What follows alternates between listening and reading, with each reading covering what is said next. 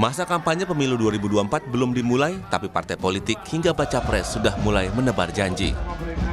Bakal calon presiden dari Gerindra, Prabowo Subianto misalnya, saat berpidato politik di acara konsolidasi pemenangan Partai Bulan Bintang di Padang, Sumatera Barat, dia mengumbar sejumlah janji jika menang di Pilpres 2024. Di antaranya pemberian makan siang dan susu gratis untuk siswa di sekolah negeri, swasta, pesantren, anak-anak balita, hingga bantuan gizi untuk ibu-ibu hamil. Tak hanya Prabowo, janji juga ditebar Partai Kebangkitan Bangsa, PKB, jika ketua umumnya Muhaimin Iskandar menang di Pilpres 2024. Janji yang disebutkan Wakil Sekretaris Jenderal PKB Syaiful Huda diantaranya menaikkan dana desa menjadi 5 miliar rupiah, BBM murah, tunjangan ibu hamil sebesar 6 juta rupiah, hingga sekolah gratis dan subsidi pupuk bagi petani berlahan kecil. Tebar janji manis sebelum masa kampanye alias curi start ini pun menjadi sorotan. Tapi tudingan curi start ini dibantah oleh Gerindra. Wakil Ketua Umum Partai Gerindra Habibur Rahman memastikan apa yang disampaikan Prabowo bukan kampanye, melainkan gagasan masa depan. Dia beralasan jangan sampai masyarakat beli kucing dalam karung dalam memilih presiden tahun 2024. Gerindra mengaku sudah mengkaji sejak lama gagasan memberi makan dan susu gratis untuk pelajar. Upaya ini dilakukan untuk memperbaiki gizi dan menangani stunting generasi muda Indonesia.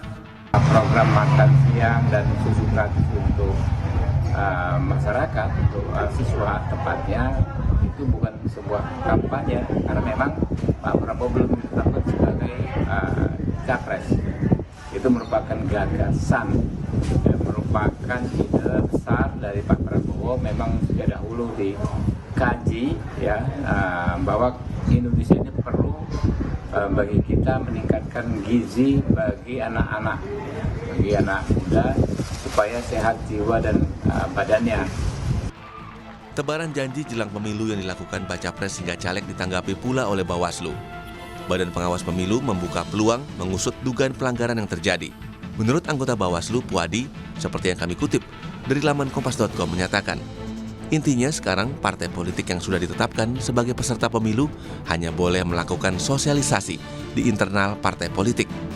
Berdasarkan peraturan KPU nomor 15 tahun 2023, maka dapat dikategorikan sebagai pelanggaran sosialisasi.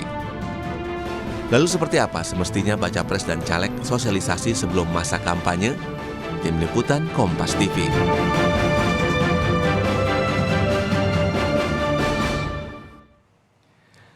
Masa kampanye pemilu 2024 belum dimulai, tapi partai politik hingga bakal calon presiden sudah mulai menebar janji. Alasannya sosialisasi agar publik kenal dan jangan sampai istilahnya membeli kucing dalam karung gitu. Nah, benarkah seperti itu?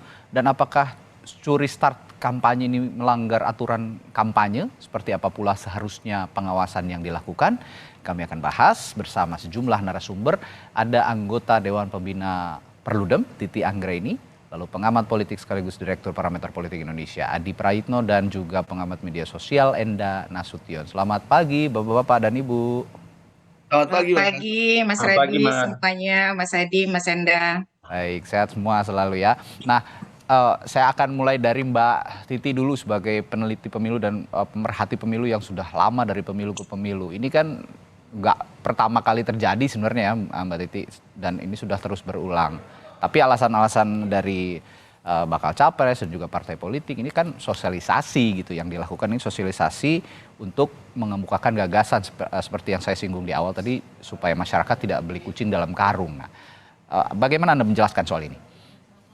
Pertama, untuk 2024 memang ada fenomena yang tidak terdapat pada 3 pemilu terdahulu, Mas Radi. Di mana masa kampanye kita ini dipangkas waktunya sedemikian rupa. Kalau pada 2009 untuk pertama kali pemilu kita itu durasinya panjang sekali, sampai 9 bulan. Lalu kemudian 2014, 2019 juga sama. Jadi bahkan di 2019 waktu kampanye memang lebih pendek dari pemilu sebelumnya, hanya 6 bulan 3 minggu. Sekarang 2024 itu hanya 75 hari.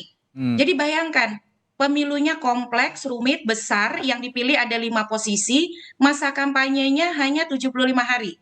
Tetapi penetapan partai politik peserta pemilu itu sudah dilakukan sejak 14 Desember 2022. Ini yang agak lucu Sekarang sebenarnya.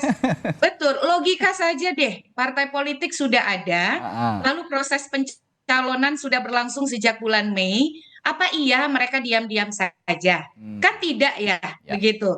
Nah, jadi di situ memang yang menjadi salah satu pemicu mengapa kemudian ada upaya-upaya untuk memanfaatkan masa jeda antara penetapan partai politik peserta pemilu dengan masa kampanye untuk melakukan apa yang mereka sebut dengan sosialisasi politik. ya, Dan sosialisasi politik itu memang dimungkinkan menurut peraturan KPU nomor 15 tahun 2023. mhm, Tapi sayangnya memang ada ruang-ruang gelap yang tidak bisa dijangkau. Jadi sosialisasi politik itu dibolehkan menurut peraturan KPU ya, sepanjang tidak menampilkan tanda gambar dan nomor urut. Nah, kalau partai hmm, politik tanda gambar dan nomor urut kan sudah ada. ya, Kita lebih mudah untuk menilai apakah ada kampanye di luar jadwal atau tidak. betul. Tapi yang susah dinilai adalah kalau dia baru mau jadi bakal capres, Hmm, baru punya elektabilitas pertama, kedua, ketiga. Peserta pemilu juga bukan, diusung oke. partai politik didaftarkan ke KPU juga belum. Jadi ruang abu-abu itu yang sekarang terutama di Pilpres dimanfaatkan untuk mendongkrak elektabilitas dan makin mengokohkan keberadaan mungkin posisi tawar juga di partai politik. Oke. Dan itu memang di dalam peraturan atau perundang-undangan kita kalau pendekatannya sekedar legalistik formal ya tidak bisa dijangkau kecuali soal moralitas politik, itikat baik dan seterusnya. Itu baru bicara soal ruang yang aturan main. Yang kedua soal pendanaan. Nah, soal pendanaan ini lebih sedih lagi karena dana kampanye atau dana-dana yang keluar untuk kepentingan tadi ya, Ya, membangun sosialisasi politik, mengokohkan kehadiran dan eksistensi politik di masyarakat, itu tidak bisa ditagih oleh masyarakat. Karena dana kampanye kita itu hanya pendanaan selama masa kampanye. Jadi di situ yang memang menurut saya masyarakat juga harus jeli untuk menilai apakah misalnya masyarakat kita, para calon kita ini patuh atau tidak pada aturan main yang sudah dibuat. Yang kedua, apakah para calon atau aktor politik ini terbuka, akuntabel soal dana-dana yang mereka keluarkan di ya. luar periode atau masa kampanye. Dan yang terakhir ke depan menurut saya tidak boleh lagi nih masa kampanye pendek seperti ini Baik. karena bagi saya sebagai pegiat pemilu mudaratnya lebih banyak daripada manfaatnya. Sepakat, karena apa artinya 75 hari orang waktu yang panjang saja kadang kita merasa tidak cukup untuk menilai, memilah-milah mana yang paling baik yang harus kita pilih begitu. Nah ini seharusnya memang ada penyelenggara pemilu yang bisa menjawabnya pagi hari ini. Tapi kita akan ke Mas Adi juga nih. Mas Adi, tapi saya ingin bertanya nih soal memangnya curi start kampanye ini yang dilakukan ya katakanlah curi start begitu ya meskipun masih ambigu juga ini dikatakan curi start atau tidak gitu. Tapi memangnya ada pengaruh kepada opini atau pengenalan masyarakat terhadap kandidat di pemilu saat ini, Mas Adi? Ya, saya kira dua hal, Mas. Pertama, dalam politik itu tidak pernah dikenal dengan istilah curi start. Jadi sepanjang calon presiden itu belum diputuskan secara definitif oleh KPU sebagai kontestan, maka sepanjang itu juga dia itu mampu dan bisa melakukan apa saja untuk mengidentifikasi dirinya sebagai sosok yang paling mungkin Ya, bisa melakukan pendekatan kepada rakyat. Makanya kemudian isu-isu yang disampaikan oleh setiap calon yang potensial maju ini kan sebenarnya tidak lebih dari sebatas jualan politik ya. Bahwa mereka ini adalah pemimpin populis, pemimpin yang berpikir untuk rakyat, mereka keseharian hidupnya untuk rakyat dan seterusnya dan seterusnya. Padahal kita tahu bahwa yang berjanji ini adalah mereka yang saat ini juga menjadi bagian dari pemerintahnya Jokowi. Kenapa tidak dari kemarin-kemarin saja mereka bicara tentang BBM gratis, bicara tentang betul. makan dan sarapan pagi gratis. Kenapa baru mau diomongkan setelah dirinya itu mau maju di 2024 ya? Itu yang saya tangkap sebagai sebuah sosialisasi politik supaya para calon ini teridentifikasi sebagai sosok yang pro rakyat gitu ya, populis dan seterusnya dan seterusnya. Yang kedua, Mas, ternyata memang isu-isu yang disampaikan oleh calon presiden ini adalah isu-isu yang sebenarnya down to earth, dirasakan langsung oleh rakyat ya. Yaitu isu-isu keseharian tentang mengatasi stunting, tentang gizi buruk, tentang ibu-ibu hamil gitu ya, termasuk yang menurut saya memang penting isu terkait dengan apa namanya subsidi BBM atau BBM gratis ya. Meski kita tidak pernah tahu bagaimana cara mengkalkulasi BBM gratis karena BBM dicabut subsidinya sedikit kan berimplikasi pada kenaikan BBM, ibu-ibu teriak-teriak ya yang saya kira kita tahu persis bagaimana BBM kita ini kan tidak gampang untuk dijelaskan dengan gratis dan tidak gratis. Itulah yang saya kira bahwa dalam mazhab politisi itu sederhana, janji dulu diaplikasikan belakangan. Kan itu saja judulnya, Mbak. Janji dulu, persoalan itu diwujudkan atau tidak itu lain hal. Karena kalau kita tracking satu persatu, ya semua dari janji para politisi di negara ini, mungkin cuma 1% yang terwujud. Selebihnya itu adalah janji-janji gombal, lip service sebagai upaya untuk mempengaruhi pemilih sebenarnya. Oleh karena itu, penting kita ke depan gitu untuk men-tracking calon pemimpin kita itu bukan hanya mereka yang ngomongnya cukup bombastis, bahasa anak sekarang itu lebay, tapi sebenarnya cukup tidak bisa dipertanggungjawabkan. Coba bisa dibayangkan, makan gratis itu duitnya dari mana? Mestinya yang diperkuat itu soal bagaimana ketahanan pangan. Orang kembali nyaman menjadi petani. Kan problemnya sekarang banyak orang desa itu tidak mau jadi petani. Mereka itu tidak mau misalnya tanam padi dan seterusnya. Di kampung saya di Pulau Madura di sana, Mas, banyak petani-petani sekarang itu tidak mau jadi petani. Mereka ngerantau ke Jakarta jadi tukang apa namanya pedagang sembako, ada yang jadi TKI dan seterusnya. Karena menjadi petani itu tidak menjanjikan untuk sustainability kehidupan mereka. Mestinya yang dilakukan itu adalah bagaimana mensejahterakan petani. Mereka itu kalau panen kemudian dibantu menjual panennya. Jangan sampai panen itu bingung nih mau dijual kemana. Termasuk subsidi, subsidi pupuk, subsidi pangan, dan seterusnya, dan seterusnya.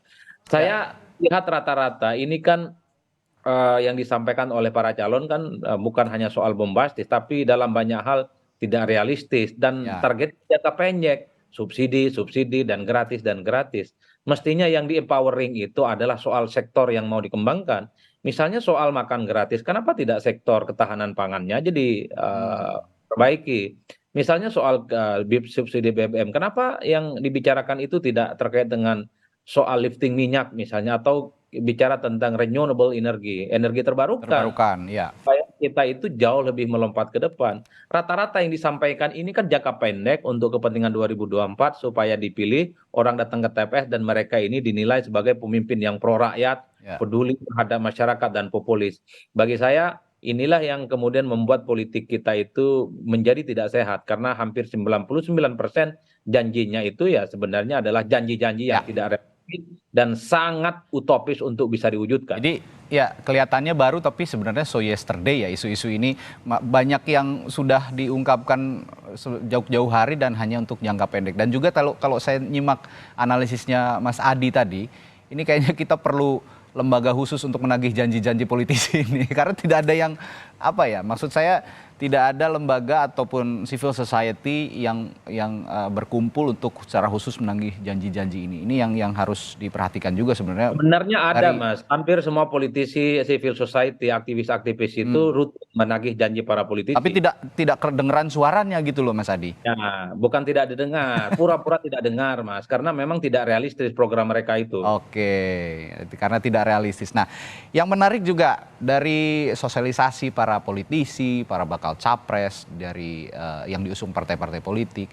Sekarang ada tambahan sebenarnya dari sosialisasi mereka di media mainstream. Sekarang ada media sosial yang sebenarnya makin sulit juga diawasi. Saya akan ke Mas Enda nih, janji-janji manis yang bertebaran di media sosial, Mas Enda. Menurut Anda, video janji manis ini cepat sekali beredar karena masyarakat termakan janji-janji mereka atau karena mereka tidak percaya, Mas Enda? Ya, secara umum sih ya dari apa yang saya lihat justru malah janji-janji ini jadi bahan permainan gitu kalau di media sosial ya. Jadi komentar menarik juga mencermati opininya Mas Adi tadi ya bahwa memang ini tidak sehat, tapi di sisi lain juga masyarakat jadi kebal sih sebenarnya ya. Mungkin minimal masyarakat media sosial ya, karena kita juga sudah pernah mengalami janji-janji sebelumnya, lalu kemudian janji-janji yang sekarang juga tidak ditelan bulat-bulat juga gitu. Jadi begitu ada janji akan ada yang ini gratis, itu gratis, pertanyaan pertama memang di media sosial adalah caranya gimana gitu kan. Jadi malah jadi bahan permainan. Nah, ini mungkin masukan juga buat para capres, siapapun yang mau dan mungkin para caleg juga sama ya, akan ada semacam janji-janji juga. Saya rasa bukan saja permasalahan janjinya, tapi mungkin perlu semacam breakthrough atau ide kreatif sehingga memang janjinya ini atau idenya ini atau gagasannya ini bisa keluar dari keluar dari standar janji-janji politik yang lain gitu. Jadi malah bisa jadi mungkin menangkap imajinasi publik ya, sehingga mungkin jadi value-nya bisa lebih gitu. Dan tentunya harapan kita adalah ini bukan sekedar janji, tapi bisa dijalankan, memang ada rencananya, ada targetnya, lalu kemudian memang akan dilaksanakan gitu. Oke, nah sekarang juga sebenarnya konten-konten para politisi ini sudah menyasar media sosial dan sudah banyak yang dikemas secara kekinian gitu. Nah, nanti setelah jeda kita akan juga melihat, akan menganalisis seberapa besar sebenarnya informasi atau video-video yang dikemas secara khusus di media sosial ini bisa memengaruhi opini masyarakat akan satu kandidat atau partai politik terkait janji-janji manis yang sudah mereka utarakan sebelumnya di media-media mainstream. Kami akan bahas sesaat lagi, tetaplah bersama kami di Sapa Indonesia Pagi. Masih membahas janji-janji manis partai politik atau politisi dan juga bakal capres di sekarang, di masa-masa sekarang yang notabene belum masuk masa kampanye. Apakah ini menjadi pelanggaran? Kemudian kita bahas masih bersama 3 narasumber, ada Mbak Titi Anggraini dari Perludem, ada Mas Adi Praitno, pengamat politik, dan juga Mas Enda, pemerhati media sosial, Mas Enda Nasution. Tadi saya sebelum jeda sempat nanya ke Mas Enda juga nih. Nah, kalau di janji-janji manis yang bertebaran di media sosial, ini seberapa besar Anda melihat pengaruh informasi video di media sosial ini mempengaruhi opini masyarakat akan satu kandidat? Nah, kan sekarang sudah dikemasnya juga banyak nih sama tim media sosial mereka, udah dikemasnya itu secara kekinian. Nah, itu seberapa besar sih bisa mempengaruhi opini masyarakat sebenarnya di media sosial? Nah, media sosial ini menarik, apalagi dalam konteks sekarang ya, karena pertama memang segmen masyarakat muda ya, dari milenial, Gen Z, Gen X juga sudah menggunakan. Apalagi kalau kita lihat per platform, dari yang sangat muda misalnya di TikTok, Instagram, lalu juga yang lebih senior di Facebook juga masih sangat ramai. Apalagi ya ada juga media dalam tanda kutip sosial, walaupun sebenarnya lebih ke aplikasi instant messaging yang kita nggak bisa track sama sekali ya, seperti WhatsApp gitu. Nah, jadi media sosial ini selain media yang murah, tapi juga memang interaktif ya, sehingga bukan hanya sekedar satu arah informasi yang kita bisa dapat, tapi juga kita bisa bersuara. Nah, ini akhirnya kemudian menjadi semacam kanal media, kanal informasi yang butuh pengelolaan sendiri dan memang sangat berpengaruh. Walaupun memang kita juga perlu melihat segmen audiens yang mau dikejar gitu ya. Dalam arti kalau kita nggak bisa membagi atau agak butuh pengelolaan lebih untuk membagi. Kalau kita bicara elektoral gitu ya, karena kan media sosial hampir seluruhnya bisa terekspos secara nasional, sedangkan mungkin dalam bahasa politik atau dalam bahasa kampanye kadang-kadang ada elektoral atau teritori tertentu yang memang perlu pendekatan lebih banyak. Jadi memang untuk menjawab tadi Mas, artinya besar karena memang dalam setahu saya nih, nanti mungkin kalau dikoreksi ada sekitar berapa 25-30% pemilih yang memang belum menyatakan siapa gitu ya. Jadi masih mengambang begitu, range-nya segitu memang. Inilah kantong suara yang memang sedang dikejar dan coba di-tap in dengan berbagai cara, baik secara substantif pesan maupun juga secara gaya ya atau style gitu. Jadi mana yang lebih accessible, mana yang mungkin lebih menarik untuk anak muda terutama, mana yang kemudian lebih nyambung, itu yang akhirnya jadi diperjuangkan dengan kuat dalam rentang waktu beberapa hari ke depan ini gitu. Ya, dan data itu tadi yang Mas Enda bilang 25% sampai 30% yang belum menentukan pilihan atau mengarahkan, masih mengamati lah ya, pemilih mengambang itu rata-rata memang masyarakat atau pemilih modern yang saat ini masih mencermati, yang juga mayoritas mengakses media sosial dibandingkan media-media mainstream lainnya. Nah, biasanya media mainstream ini justru pemilih-pemilih tradisional begitu. Nah, saya akan ke Mas Adi. Mas Adi begini, beberapa orang atau beberapa pihak yang ya katakanlah sekarang sudah curi-curi sosialisasi itu kan sebenarnya ada di lingkaran pemerintahan ya.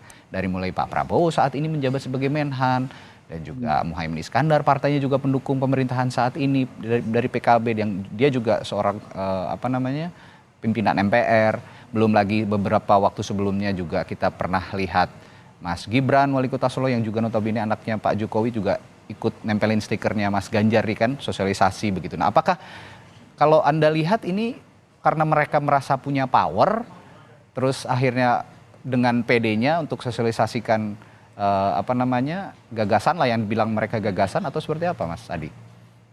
Ya sebenarnya secara prinsip soal sosialisasi politik itu kan tidak kenal ruang dan waktu dan tidak kenal dalam batas-batas apakah dia menjadi bagian dari koalisi pemerintah ataupun oposisi. Ya. Sosialisasi ini kan sebenarnya bagian dari campaign supaya mampu melakukan penetrasi, afiliasi kepada publik sebagai sosok yang menurut mereka akan dipilih, Mas.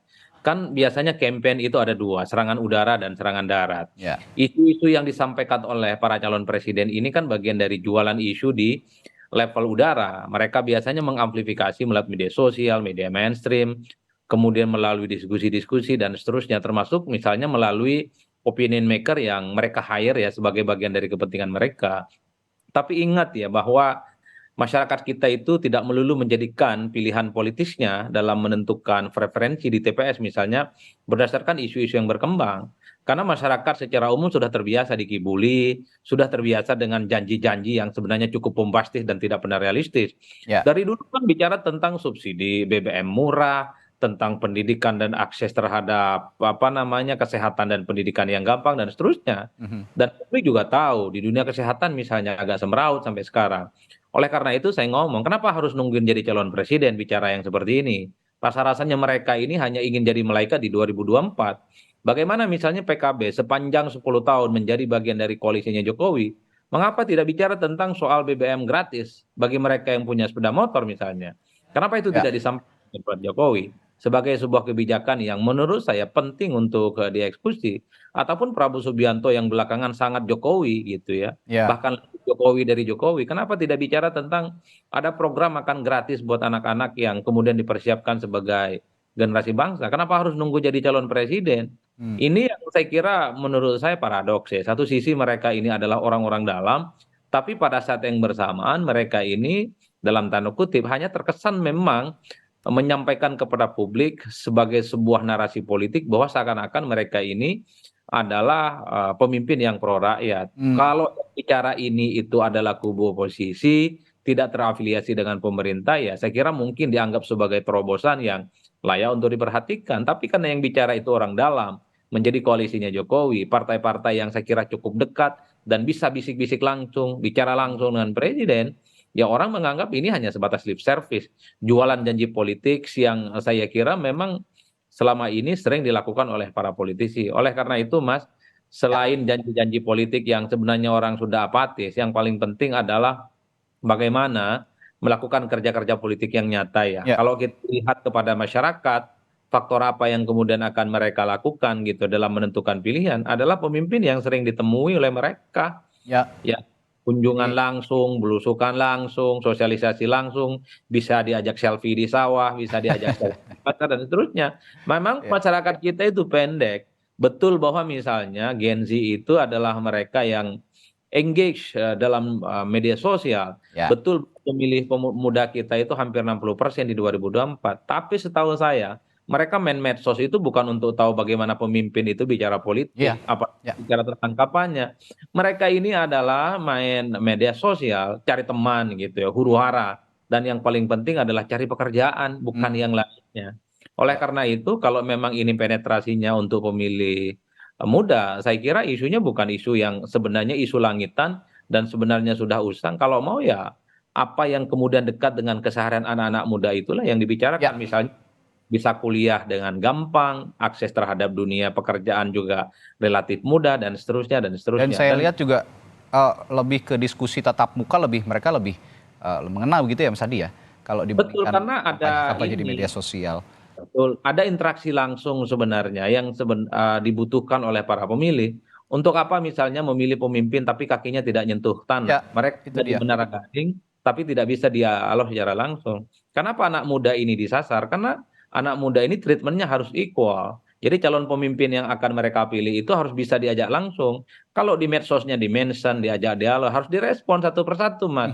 Itulah yang disebut dengan demokrasi langsung. Ya. Makanya anak muda ini agak apatis karena ketika mereka komplain, ketika mereka bicara tentang kesulitan hidup mereka, baik melalui medsos atau apapun tidak ada respon. Oleh karena itu, para politisi ini ya hanya sebatas Ya. jualan politik ya.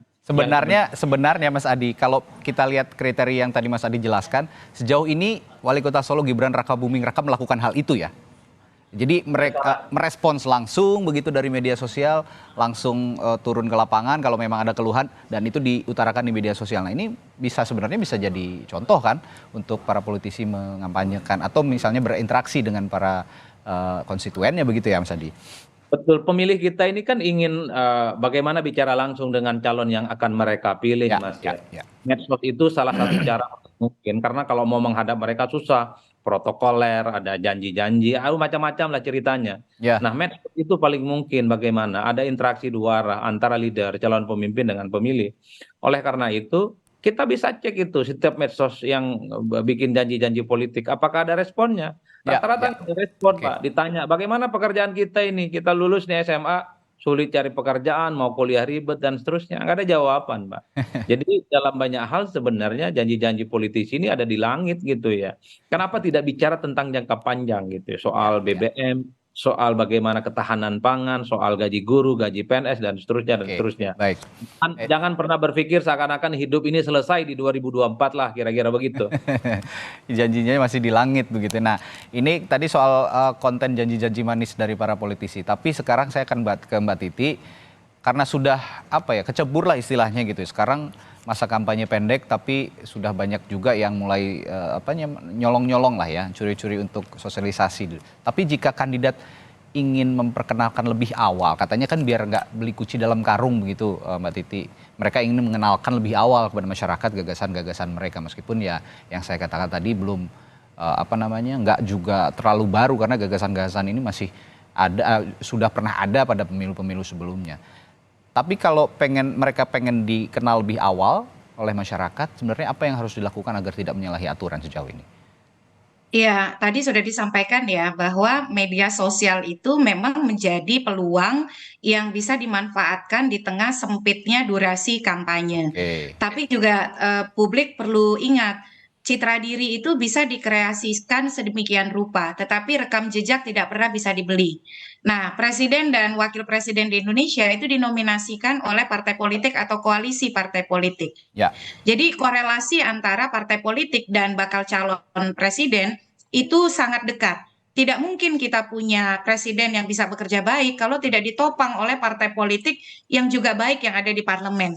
Nah, oleh karena itu pertama menurut saya publik tetap harus tidak boleh melupakan partai politik dalam hal ini pemilu DPR, DPRD dan juga tentu DPD. Karena hiruk pikuk gempita Pilpres itu realitasnya membuat publik kita tidak terlalu peduli dengan pemilu legislatif.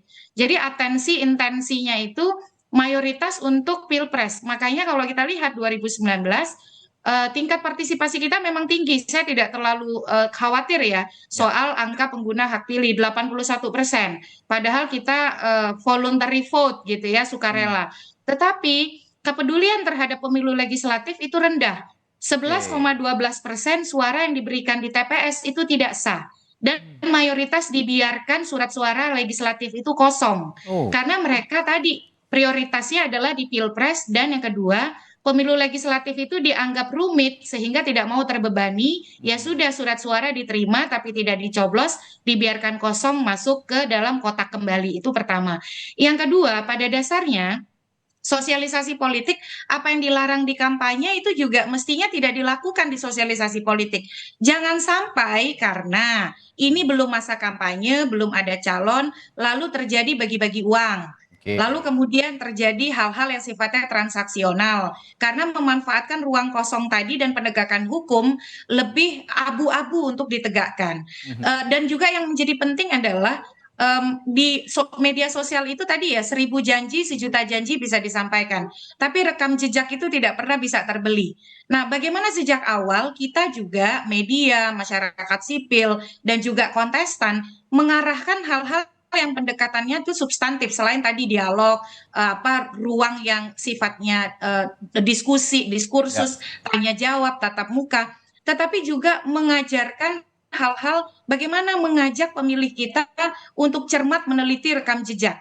Jadi ini juga membentengi klaster pemilihnya dia supaya tidak bisa mudah ditipu oleh narasi-narasi yang karena kebutuhan itu kan realistisnya di depan mata tuh hari ini. Orang butuh BBM gratis, yaitu dibutuhkan saat ini juga, makan gratis juga dibutuhkan saat ini juga. Tetapi kan bagaimana membuat konstituen dia supaya tetap loyal, tetap logis, itu kan perlu dibantu oleh peserta pemilu.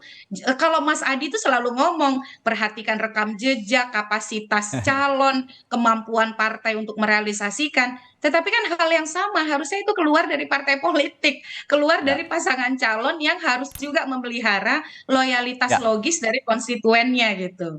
Baik, baik Mbak Titi. Nah ini untuk penutup juga saya akan ke Mas Enda. Tadi Mbak Titi juga sempat menyinggung soal pileg yang sebenarnya rumit dan akhirnya masyarakat banyak yang akhirnya abai terhadap surat suara di pemilihan legislatif begitu. Nah kalau demikian Mas Enda, saya ingin menanyakan juga kalau di media sosial, jadi sekarang itu yang banyak promo, yang banyak sosialisasi, lebih banyak caleg-caleg atau bakal capres atau cawapres, Mas Enda? Nah ini juga memang agak disayangkan ya, karena memang yang paling kedengaran justru pertarungan capres memang yang paling menarik perhatian gitu. Tapi dari sisi calonnya sendiri harusnya memang lebih ditingkatkan ya calon, karena gini. Ini mungkin bukan fenomena di media sosial aja, tapi secara menyeluruh. Kita juga sama-sama tahu caleg juga punya kelas gitu ya. Ada kelas yang DPR RI biasanya punya modal dan punya kemampuan lebih tinggi misalnya dibandingkan dengan yang di DPRD tingkat 2, apalagi di tingkat 1 maupun di tingkat 2 gitu. Jadi kalau kampanye secara tradisional atau secara biasa saja, walaupun sebenarnya areanya lebih kecil ya, sehingga mungkin logikanya biayanya harusnya lebih sedikit gitu. Tapi itu pun karena masih calon dan mungkin bukan nomor pasti, itu pun agak dalam tanda kutip malas dilakukan gitu ya. Apalagi ketika kemudian mencoba berdiskusi lewat media sosial, pasti sudah tertutup dengan kampanye capres lebih dahulu. Nah, cuma saya melihat ada opportunity juga bahwa memang di satu sisi ya kampanye itu kan begitu-begitu aja gitu, desain tuh begitu-begitu aja, semua baligo, semua spanduk itu ditampilkan sama. Kalau dalam teori komunikasi kita ada bilang bahwa kalau kita sudah sering lihat iklan yang sama, itu tuh dengan otomatis kita akan mengignore pesan itu gitu. Nah, itu yang mungkin perlu dihindari dan perlu ada breakthrough keluar ya, punya unique position untuk masing-masing caleg, terutama mungkin kalau capres atensinya sudah banyak gitu.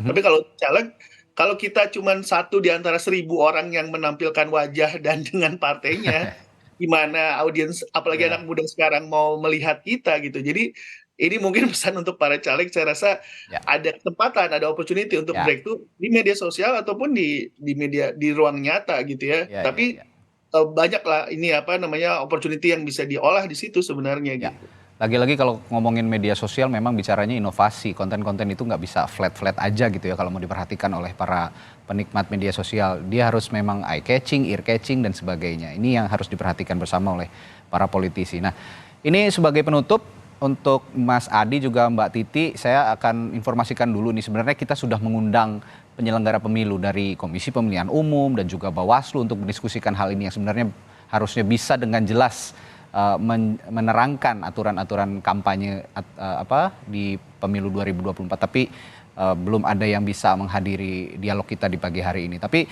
terakhir dan Mas Adi dan juga Mbak Titi, pesan-pesan untuk penyelenggara pemilu sebenarnya dalam konteks kampanye pemilu yang begitu singkat, mulai dari Mas Adi silakan. Ya sederhana, KPU itu dan Bawaslu jangan terlampau bicara sesuatu yang di luar tupoksinya. Mereka fokus pada pekerjaannya itu supaya pertama masyarakat itu datang ke TPS bukan karena janji, bukan karena uang, dan bukan karena mobilisasi logistik ya.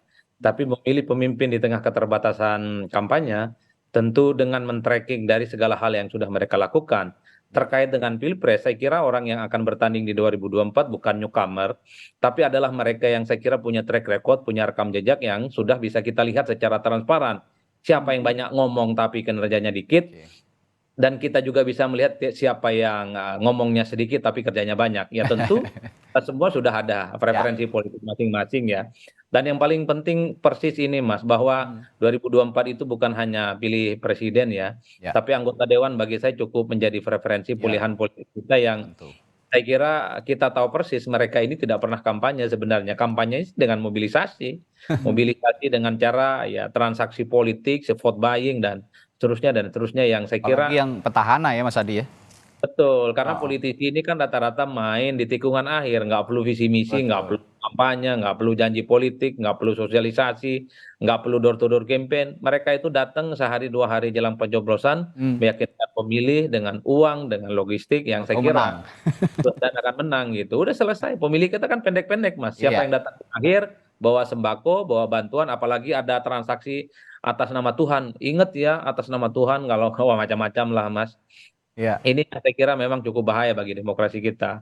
Mari kita berharap masyarakat kita itu menjadi pemilih yang rasional, dan saya juga berharap kepada elit dan politisi jangan pernah melulu mereka itu dijadikan sebagai objek dalam sebuah pemilu, tapi jadikan mereka itu sebagai pemimpin, pemilih yang rasional, yang secara perlahan ini akan meningkatkan bagaimana indeks demokrasi kita itu bertumbuh secara signifikan, bukan hanya soal datang ke TPS itu maksimal, tapi yang paling penting basis kognitif dan perilaku mereka itu didasarkan pada preferensi-preferensi yang juga cukup rasional. Ya, pesan dari Mas Adi adalah kalau jadi politisi, apalagi mau pemilu, janganlah punya gagasan-gagasan yang pendek, apalagi ingin dipilih secara instan begitu, karena bukan untuk kemajuan yang singkat, tapi untuk kemajuan jangka panjang untuk bangsa ini. Nah, yang terakhir ke Mbak Titi, pesan untuk penyelenggara pemilu dan juga pesertanya seperti yang diutarakan Mas Adi tadi. Silakan. Kalau saya terhadap penyelenggara pemilu sederhana saja, sesuai dengan tugas fungsinya, banyak bicara, banyak bekerja. Tapi yang dibicarakan itu adalah menyampaikan perkembangan tahapan pemilu dengan utuh, dengan komprehensif, dan juga mudah kepada publik. Jadi penyelenggara pemilu harus banyak bicara kepada publik, sejauh mana tahapan sudah dilaksanakan, akses informasi, dan juga bagaimana kemudian misalnya contoh kenapa pendaftaran capres dipercepat, itu justru jangan sembunyi penyelenggara pemilunya, sambil bekerja sesuai tahapan. Tidak perlu membangun narasi yang sifatnya masih perbincangan politik, percepatan pilkada lah dan seterusnya. Itu yang pertama. Yang kedua, penyelenggara pemilu, karena kita berhadapan dengan pemilu yang rumit, kompleks dan besar, akses informasi publik juga harus dibuka dengan luas. Masa riwayat hidup caleg baru dibuka nanti 3 November, harusnya dari sekarang. Jadi pendekatan-pendekatan yang menyatakan sedikit-sedikit ini informasi dikecualikan, informasi rahasia. Caleg itu butuh dikenal oleh publik melalui informasi yang kredibel. Informasi kredibel itu dari mana? Dari KPU. Oleh karena itu, bukalah riwayat hidup caleg dari sekarang begitu. Kepada peserta pemilu ya tentu saja. Sebagian dari negara ini urusannya sebagian besar hulunya itu ada di partai politik. Baik buruknya Indonesia itu saya perhatikan dan saya alami dari partai politik. Jadi mulailah menjadi institusi yang memang yang akan membawa Indonesia lebih baik. Bukan sekedar pragmatis ataupun kemudian kepentingan yang sifatnya jangka pendek. Nah, karena itu saya kira partai politik menjadi ujung tombak ya untuk betul-betul memastikan 2024 itu bukan sekedar seremoni, tapi kita akan memilih peserta pemilu yang punya tawaran jelas, peta jelas terhadap Indonesia akan dibawa kemana ke depan. Baik, bukan sekedar seremoni dan manisnya janji-janji politisi yang kita bahas pagi hari ini, jangan sampai mencederai demokrasi karena janji sesuatu yang harus dilunasi. Kira-kira begitu yang bisa kita tarik garis besarnya dalam diskusi pagi hari ini. Terima kasih narasumber saya pagi hari ini ada Mbak Titi Anggraini dari Perludem, lalu Mas Adi Praitno dari Direktur Eksekutif Parameter Politik, dan Mas Enda Nasution, pemerhati media sosial. Terima kasih Bapak-Bapak dan Ibu, sehat selalu.